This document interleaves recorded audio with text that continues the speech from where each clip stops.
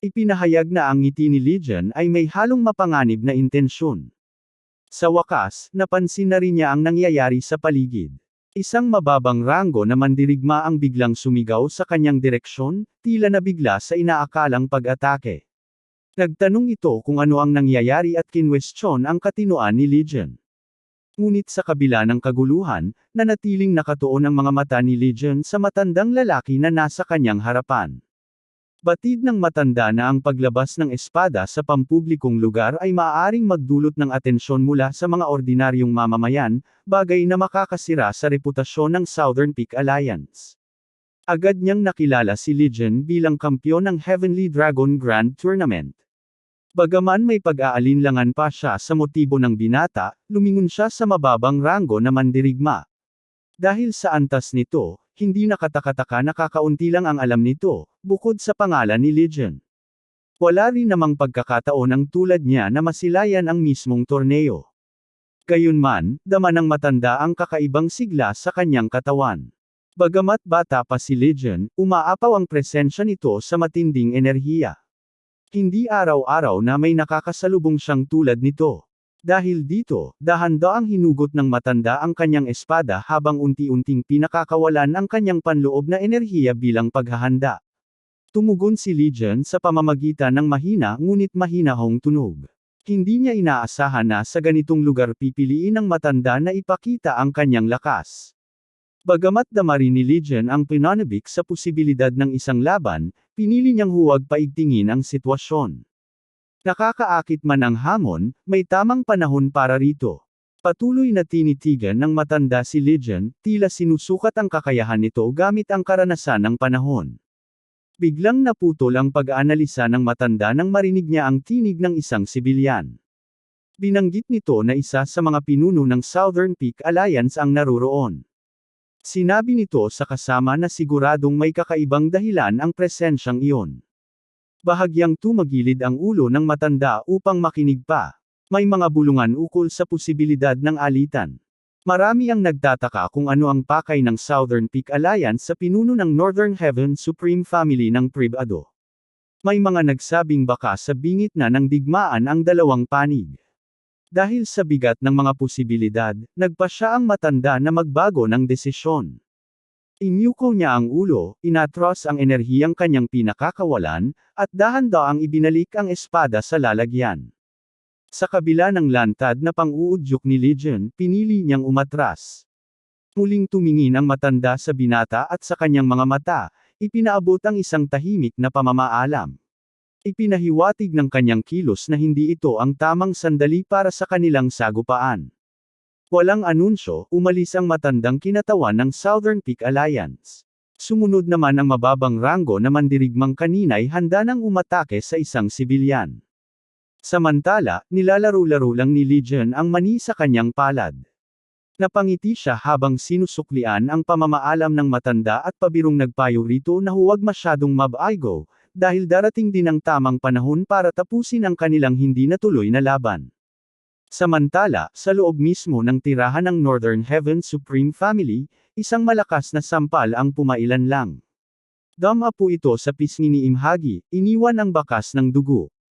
Ang kamay na may gawa nito ay pagmamayari ni Chayensé, ang sariling lolo ng binata, na sa tindi ng galit ay hindi napigilan ang sarili na saktan ang paboritong apo. Habang unti-unting kumakalma ang kanyang damdamin, mariing tinanong ni Chayen kung anong kabaliwan ang pumasok sa isipan ni Imhagi para umupo ng mga tagapaslang sa pamamagitan ng isang sekta, lalo na't siya ay tagapagmana ng Northern Heaven Supreme Family. Sa mga sandaling iyon, hindi pa rin alam ni Imhagi na naudlot ang kanyang plano. Tahimik niyang pinakinggan ang paliwanag ng kanyang lolo na may di inaasahang resulta ang kanyang ginawa. Ipinahayag ni Chayen na ang target na kanilang pinaniniwalaang si J. Legion ay walang iba kundi ang tagapagmana ng Southern Peak Alliance. Matapos linisin ang dugo sa kanyang mukha, humingi ng linaw si Imhagi. Hindi niya maunawaan kung paano nadawit ang tagapagmana ng Southern Peak. Aniya, si J. Legion lamang ang kanilang pinapapatay. Ang katotohanang iyon ang bahagyang nagpahinahon sa galit ni Chayen. Binanggit niya ang pangalan ng kampyon ng Heavenly Dragon Grand Tournament na tila may kasamang pagkaunawa. Sa kabila nito, nanatiling mahinahon si Imhagi. Ipinaalala niya sa kanyang lolo ang prinsipyo ng kanilang pamilya, na walang sinumang dapat humadlang sa kapangyarihan ng Northern Heaven Supreme Family. Gayunman, nanatiling palaisipan kung bakit nagbago ang target. Ipinaliwanag ni Chayen na ang Southern Peak Alliance ay nagpakita ng ebidensya na si Yong Suchong ang tunay na pinag-ukulan ng utos. Ipinagtanggol ni Imhagi ang sarili, sinabing kumilos siya batay sa gabay ni Baek Sangi. Ilang araw matapos noon, bigla na lang naglaho si Sangi. Sa loob-loob ni Imhagi, naniniwala siyang tumakas ito matapos maghasik ng kaguluhan. Tahimik niyang isinumpa ang pangalan ni Sangi. Hindi niya makumpisal ang totoo, na siya mismo ang pumatay kay Baek Sangi. Ngunit habang iniisip ito, nagsimulang lumitaw ang mga hinala. Tila may mas malalim pang plano si Sangi bago ito mamatay. Muling binigyang diin ni Chayen ang mga pangyayari, matapos maisakatuparan ang misyon, agad na naglaho si Baek Sangi. Siya na lang ang tanging susi para matuklasan ang totoo. Napansin ni Imhagi ang pagbabago ng tono ng kanyang lolo.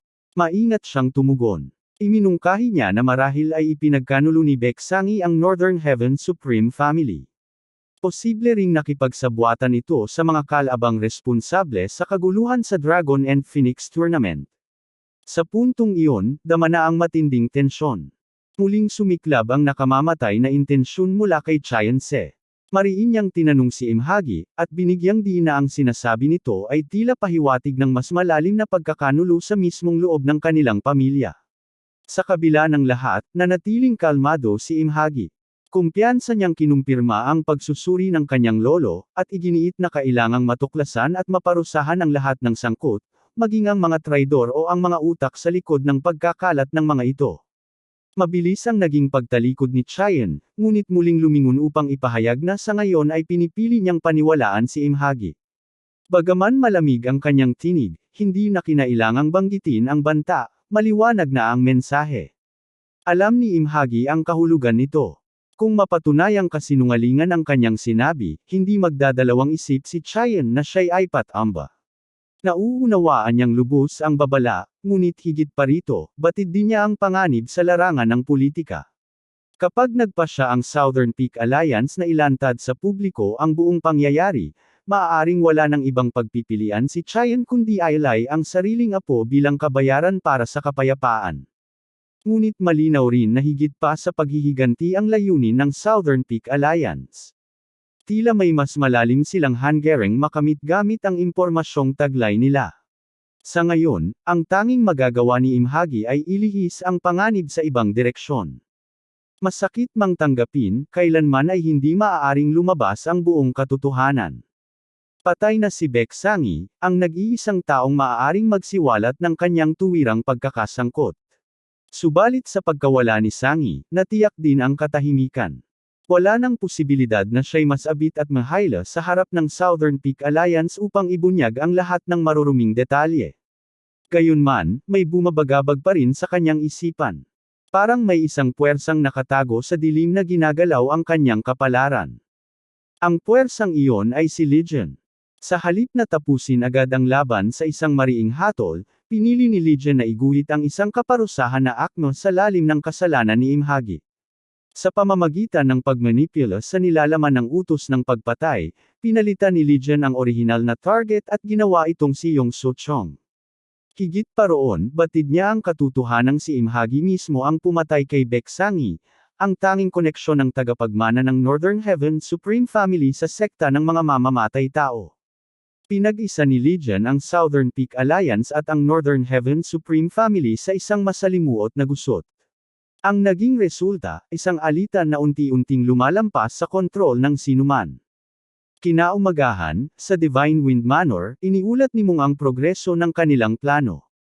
Ayon sa kanya, matagumpay nang naikalat ang mga tsismis sa buong kalye ng Wuhan, gaya ng ipinag-utos ng kanyang batang amo. Pinuri ni Legion ang kanyang bantay katawan. Ayon sa kanya, kung sakaling magpasya ang Wuhan Merchant Alliance na makipag-alyansa sa Northern Heaven Supreme Family, tiyak na magdudulot iyon ng malubhang epekto sa Southern Peak Alliance. Idinagdag pa niya na malamang, ang mga tsismis pa lamang ay sapat na upang bigyan ng matinding pangamba ang Wuhan Merchant Alliance. Iniulat pa ni Moong na magkakaroon ng pagpupulong ang mga miyembro ng alyansa kinagabihan upang pag-usapan ang kanilang magiging tugon. Nangganyo si Legion sa balitang iyon. Sa kabila nito, hindi maiwasang mamangha si Moong sa tapang ng plano ni Legion.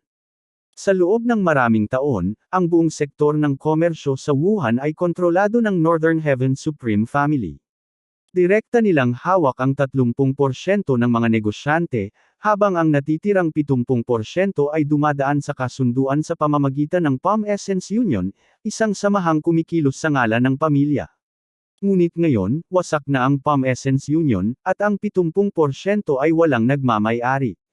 Karaniwan, ang Northern Heaven Supreme Family ang inaasahang sasalo sa mga kontratang iyon. Ngunit may ibang layunin si Legion. Plano niyang kunin ang kapangyarihang iyon para sa kanyang sarili. Napangiti si Moong habang pinagmamasdan ang takbo ng mga kaganapan. Para bang lahat ay tumatakbo ayon sa plano ni Legion, isang estratehiyang sinimulan upang masakop ang 70% ng merkado habang abala ang Northern Heaven Supreme Family sa lumalalang tunggalian nila sa Southern Peak Alliance. Kinumpirma ni Legion ang kanilang kasalukuyang estratehiya, ngunit inamin niyang hindi niya tiyak kung basta na lamang makikipagtulungan ang Wuhan Merchant Alliance. Ang mga negosyanteng ito ay ginagabayan ng lowika, hindi ng damdamin. Hindi sila madaling kumbansihin o ipilit sa isang desisyon. Nakatuon ang atensyon ng mga ito sa konkretong kapakinabangan. Ipinaliwanag niya na sa loob ng maraming taon, hinubog ng mga negosyante ang kanilang paraan upang mapangalagaan ang kanilang kayamanan laban sa mundo ng martial arts. Ang kanilang alyansa ay may malawak na lakas at disiplina, hindi lang sa larangan ng kalakalan kundi pati sa sariling depensa. Hindi dapat maliitin ang kanilang pagkakaisa at impluwensya. Sa pagtatapos ng paliwanag, sinabi ni Legion na siguradong pag-aaralan ng grupo ang lahat ng opsyon, gamit ang kanilang impluwensya sa mga bagay na may kabuluhan. Dahil dito, nagtanong si Moong kung mayroon ng ibang plano si Legion na kasalukuyang umiikot. Aniya, kung pipilitin nila ang mga negosyante sa kontrata, maaaring magkaroon nito ng masamang bunga sa hinaharap. At higit pa rito, hindi ito ang estilo ni Legion. Inamin naman ni Legion na wala pa siyang tiyak na plano, ngunit ipinasya niyang harapin ang sitwasyon ng direkta. Habang lumulubog ang araw, tumulak siya patungo sa lugar kung saan magtitipon ang Wuhan Merchant Alliance. Ngunit pagdating niya sa entrada, sinalubong siya ng malamig na pagtanggap mula sa mga bantay sa gate. Ipinaalam ng pinunong gwardya na ipinagbabawal ang pagpasok para sa sinumang walang imbitasyon. Habang nagaganap ang palitang iyon, tahimik na inobserbahan ni Mang ang paligid, pinag-aaralan ang antas ng seguridad sa lugar. May ilang mga martial artist na nakaabang sa mga estratehikong posisyon, alerto at handang kumilos anumang oras. Sa kanyang isipan, pinagnilayan ni Mang ang kalikasan ng pagpupulong. Napagtanto niyang ang mga dumalo, na tila ginabayan ng kayamanan at ideolohiya, ay kumuha ng mga bihasang mandirigma nang hindi isinasaalang-alang ang katapatan sa alinmang grupo o politikal na panig. Sa kalmadong tinig, ipinakilala ni Legion ang sarili bilang si Jay Taejon mula sa Divine Wind Manor. Hiniling niyang iparating sa mga nasa loob ang kanyang pagdating, at nagpahayag ng kahandaang maghintay hanggang may parating ang mensahe. Sa kasamaang palad, hindi pa kilala ng marami ang kanyang pangalan bilang kampiyon ng Heavenly Dragon Grand Tournament. Walang impresyon ang gwardya, ni hindi man lang niya narinig ang Divine Wind Manor, at mas lalo pang hindi niya kinilala ang taong kaharap niya. Sa halip, minamaliit pa niya si Legion, sinabing hindi man lang ito mukhang negosyante, at mas mabuting umalis na ito habang maaari pa. Nanatiling kalmado si Legion at nagtanong kung hindi ba tungkulin ng isang gwardya ang iulat ang pagdating ng mga bisita. Sumagot ang gwardya ng buntong hininga, halatang walang interes na gampanan ang kanyang tungkulin. Unti-unti nang nauubos ang pasensya ni Mang lalo na nang mag-umpisa ng magbitaw ng mga insulto ang gwardya. Mapanirang tinawag si Legion na musmos at hanggal na nagnanais manggulo sa isang mahalagang pulong. Unti-unting dumilim ang ekspresyon ni Legion. Bagamat kalmado sa panlabas, halata ang namumuong inis sa kanyang mga mata. Ngunit hindi pa rin tumigil ang gwardya. Nang ahas pa itong magbanta, kung hindi lamang daw siya naka-duty ay binugbog na niya si Legion. Matapang na tinitigan ni Legion ang gwardya at sinubukang muling pababain ang tensyon. Muli niyang sinabi na wala siyang intensyong manggulo at hinihiling lang niyang may parating ang kanyang mensahe. Ngunit umapaw na ang galit ng gwardya. Sa matinding puot, kumidlat ang galaw ng kanyang kamay habang hinugot ang espada at nagbitaw ng mapanghamong atake.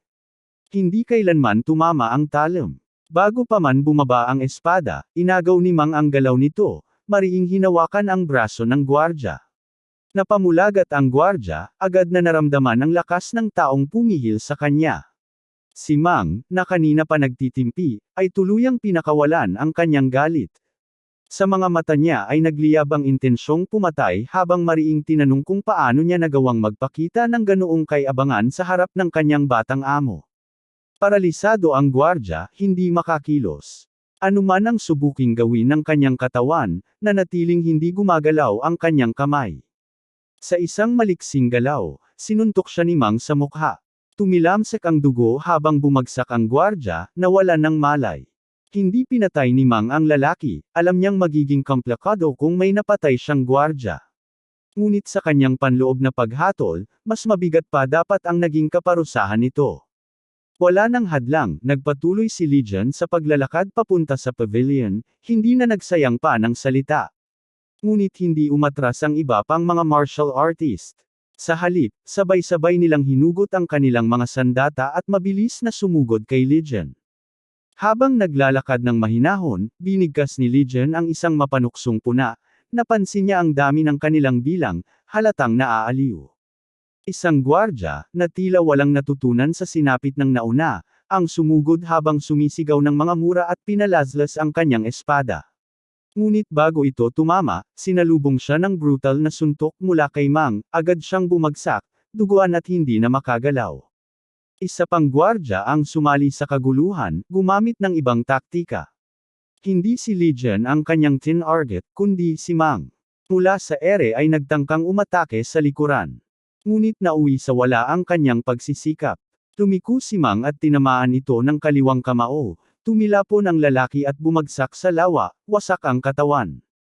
Patuloy pa rin sa paglalakad si Legion, mahinahon ang ekspresyon ngunit may bahagyang ngiti sa labi. Tila ba may aliw siyang nararamdaman sa kaguluhan sa paligid. Isa-isa pang sinubukan ng mga gwardya na hadlangan siya, ngunit sa bawat pagtatangka ay isa ring mabilis na kaparusahan ang ibinibigay ni Mang. Sa walang hirap na galaw, pinabagsak niya ang mga ito, sugatan at walang malay. Naisip ni Legion na sana'y naayos ang lahat sa pamamagitan ng diplomasya. Ipinag-utos niya kay Mang na maghinay-hinay na, isang tagubay lang agad namang tinanggap. Sa huli, wala nang natirang nakatayo sa labas ng pavilion, lahat ay pinabagsak ni Mang mag-isa. Sa wakas ay narating ni Legion ang pasukan. Bago siya pumasok, tinawag niya si Mang.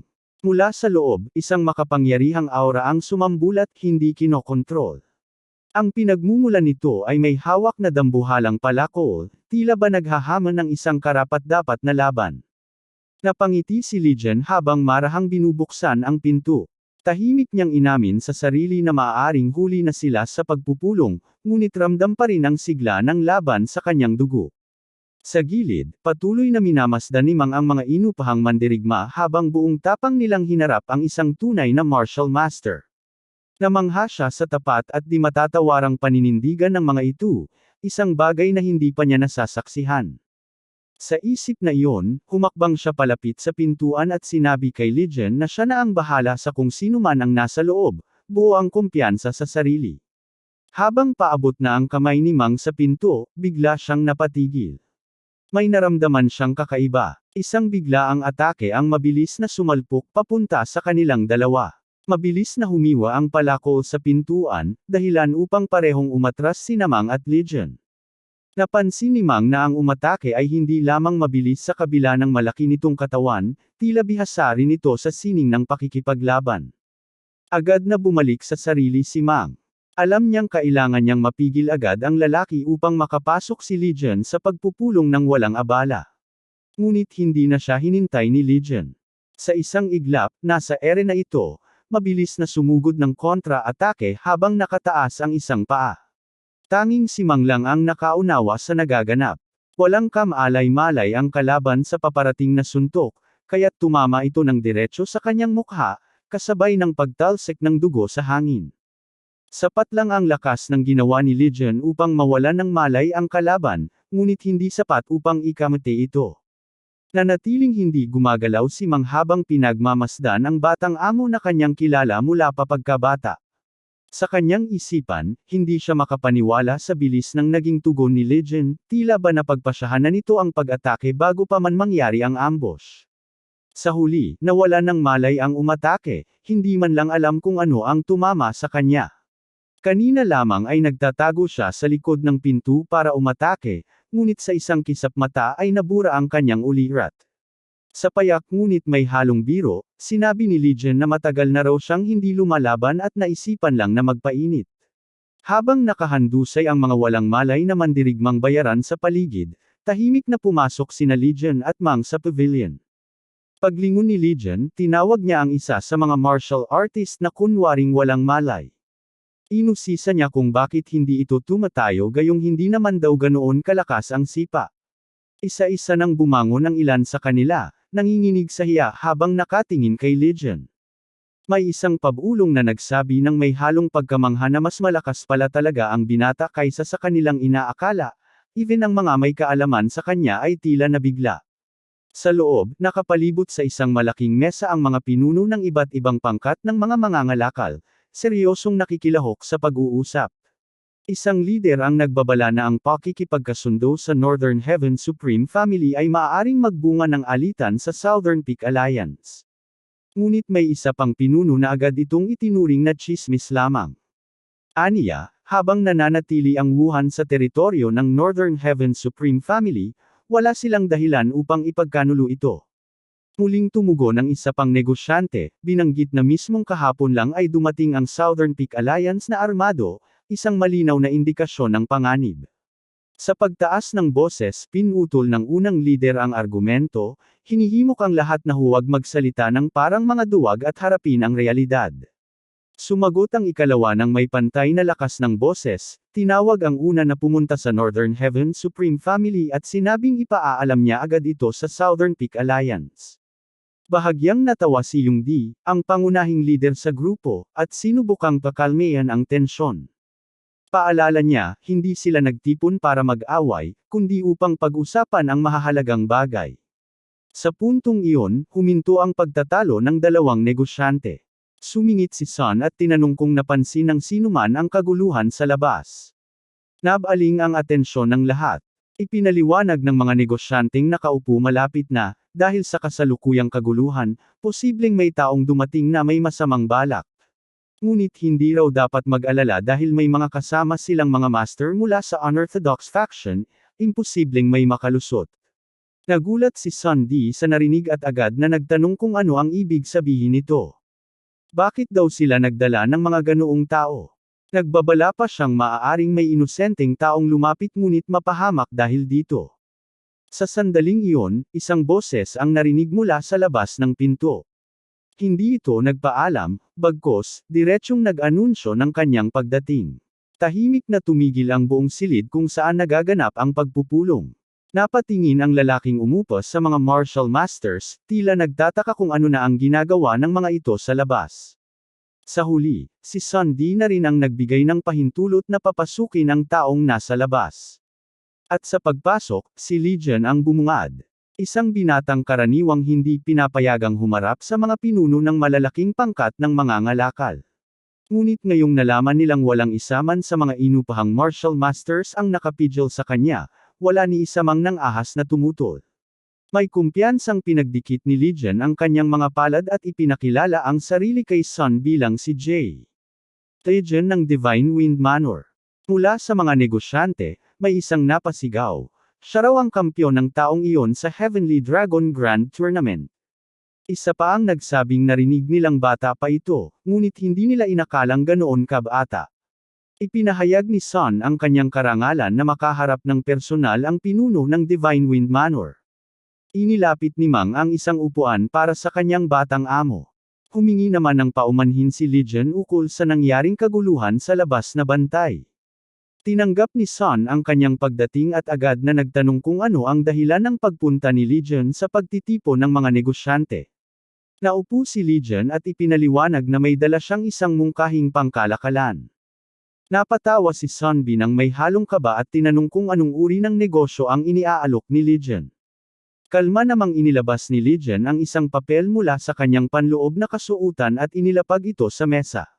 Ipinaliwanag niyang iyon ay tumutukoy sa lahat ng kontratang dati nang ginawa kasama ang Palm Essence Union, at mula ngayon, ang Divine Wind Manor na ang siyang magpoprotekta sa kanilang mga negosyo laban sa mga madidilim na grupo. Habang pinagmamasdan ang dokumento, unti-unting napagtanto ni Sun na halos lahat ng kalakaran ng mga mangangalakal sa Wuhan ay kontrolado ng Palm Essence Union. Pagkatapos basahin ang nilalaman, nagkomento siya na sobrang pabor sa kanila ang mga kondisyon kaya't napaisip siyang baka dapat silang makipag-alyado. Ngunit agad din niyang sinabi na hindi nila maaaring tanggapin ang alok. Hindi man tahasang sinabi kung aling panig ang tinutukoy niya, agad na naunawaan iyon ni Legion.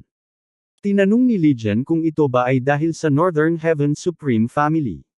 Ipinaliwanag ni Sun na kahit pa may kontrata sila sa Palm Essence Union, ang tunay na kasunduan ay sa Northern Heaven Supreme Family, at ang Palm Essence Union lamang ang nagsisilbing tagapamagitan. Nagtinginan ang mga pinuno ng mangangalakal habang ipinagpatuloy ni Legion ang kanyang paliwanag at sinigurong wala silang dapat ipag-alala. Ipinakilala ni Legion ang sarili bilang kampyon ng Heavenly Dragon Grand Tournament na pinangasiwaan ng Northern Heaven Supreme Family. Inihayag niyang nagtayo na siya ng bagong base sa Wuhan sa ilalim ng pangalang Divine Wind Manor, isang makatuwirang dahilan upang makialam sa mga gawain ng Northern Heaven Supreme Family. Dagdag pa niya, kung sakaling magkaroon ng problema, maaari na lamang nilang sabihing pinilit silang pumirma sa kontrata ng Divine Wind Manor, na magsisilbing isang maginhawang palusot. Nagulat si Sunny at tinanong kung ano ang ibig sabihin ni Legion. Hindi ito sinagot ng direkta ni Legion, bagkus ay tumayo ito at sinabing pag-isipan muna ni Sunny ang kanilang alok at ipagbigay alam na lamang ang kanyang desisyon kapag handa na. Habang papalayo si Legion, pinigilan siya ni Sunny at tinanong ng prangkahan kung ano nga ba talaga ang layunin niya sa pagbibigay ng ganitong alok. Humarap si Legion kay Sunny, isang batikang mangangalakal na sanay na sa pakikipagkasunduan. Sa puntong iyon, nagpadala si Legion ng lihim na mensahe gamit ang voice transmission na tanging si Sun lamang ang nakarinig. Nag-iba ang ekspresyon ni Sun habang nakikinig sa mga salitang sinambit ng binatang bigla na lamang lumitaw sa pagpupulong ng mga pinuno ng mga ngalakal. Napangiti si Legion at saka nagsalita ng malakas para sa lahat, sinabing muli silang magkikita. Isa sa mga pinuno ng mga ngalakal, na hindi nakatanggap ng voice transmission, ang nagtanong kung ano bang problema ng binata at bakit hindi nito ipinaliwanag ng malinaw ang kanyang layunin. Dito naunawaan ni Sunny na si Legion ay nagpadala ng mensahe na exclusive lamang sa kanya. Ipinahayag ni Legion na palalayasin niya ang Northern Heaven Supreme Family mula sa Wuhan at simula noon, siya na ang magpoprotekta sa alyansa ng mga mangangalakal. Ito ang dahilan ng ikinagulat ni Sunny. Nang makabawi sa pagkabigla, napangiti siya at inamin sa sarili na hindi isang karaniwang kabataan si Legion. Nilik nito ang isang sitwasyong makikinabang ang alyansa ng mga mangangalakal, kung magtagumpay ang Divine Wind Manor, lalago ang kanilang negosyo, ngunit kung ito man ay mabaygo, protektado pa rin sila sa anumang kapahamakan. Kinabukasan, sumikat ang araw sa ilalim ng maliwanag at maaliwalas na kalangitan, na nagbigay ng mapayapang kapaligiran sa Divine Wind Manor. Magkakasama sina Legion at Sherian, namumuhay sa panandaliang katahimikan. Sa kanilang pamamahinga, inihayag ni Sherian na tila inaantok siya dahil sa sobrang ginhawa ng panahon. Sumang-ayon si Legion at sinabing matagal na rin mula nang huli silang nakaranas ng ganitong kapayapaan. Tinanong ni Sherian kung naayos na ba ni Legion ang lahat ng usapin sa Wuhan Merchant Alliance. Sinabi ni Legion na hindi pa tuluyang tapos ang lahat, ngunit kampante siyang tatanggapin ng mga ito ang kanilang alok. Napaisip si Sherian at nagtanong kung paano siya naging ganoon katiyak. Ipinaliwanag ni Legion na tulad ng mga ibong malayang lumilipad at isdang lumalangoy sa tubig, natural lang sa mga mangangalakal ang piliin ang pinakamakikinabangang opsyon. Nais malaman ni Cherayan kung ang ibig bang sabihin ni Legion ay palaging pipili ang mga mangangalakal ng desisyong magdadala ng pinakamaraming pakinabang. Kinumpirma ito ni Legion at sinabi pa na binigyan pa niya ang mga ito ng malinaw at maaasahang daan ng pagtakas, kung kakailanganin nila. Napaisip si Cherayan kung hahayaan na lang ba ng Northern Heaven Supreme Family ang ganitong pangyayari. Ibinunyag ni Legion na marahil ay hindi pa agad mapapansin ng nasabing pamilya ang mga pangyayari dahil abala pa ito sa mga isyu kaugnay ng Southern Peak Alliance. Ngunit kalaunan, mawawala rin ang malaking impluwensya nila sa Wuhan. Sa kanyang paghanga, tinanong ni Cherayan kung paanong nagawa ni Legion at Mayang ang lahat ng ito nang sila lamang. Simpleng sagot ni Legion na si Mung ang nag-asikaso ng lahat sa pamamagitan ng maingat at masusing pamamahala. Biniro pa niya na kung mayroon pa silang tatlong tulad ni Mung, wala na silang dapat alalahanin. Napahanga si Cherayan sa pagtitiwala ni Legion kay Mung.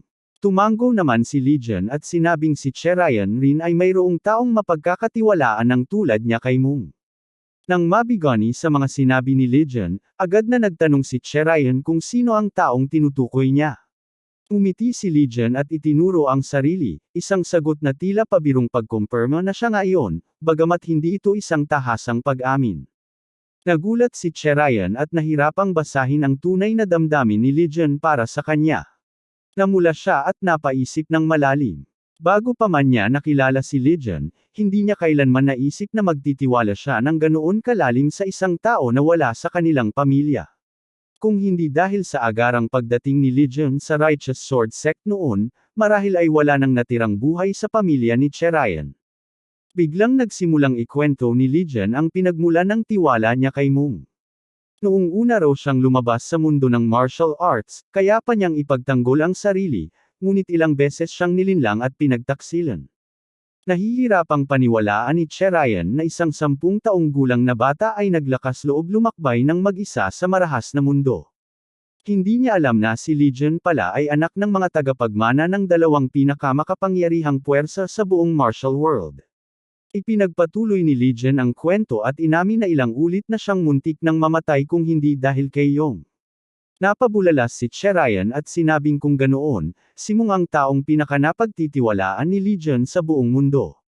Walang pag-aalinlangang sinang-ayunan ito ni Legion.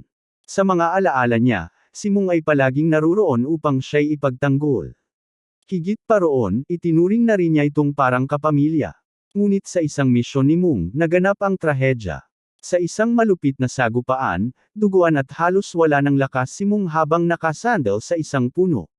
Wasak ang kanyang espada, sariwa ang dugo sa kanyang mga sugat, at halos hindi na siya makahinga. Bumigay na rin ang kanyang mga binti at labis na napinsala ang kanyang mga meridian.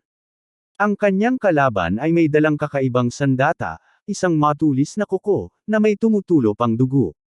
Ngunit kahit ganoon, hindi nawala ang talam ng titig ni Mung habang nakamasid sa mga kalabang nakaharap sa kanya. Sa loob-loob niya, isinumpa ni Mung ang mapait na posibilidad na iyon na baka ito na ang katapusan ng kanyang buhay.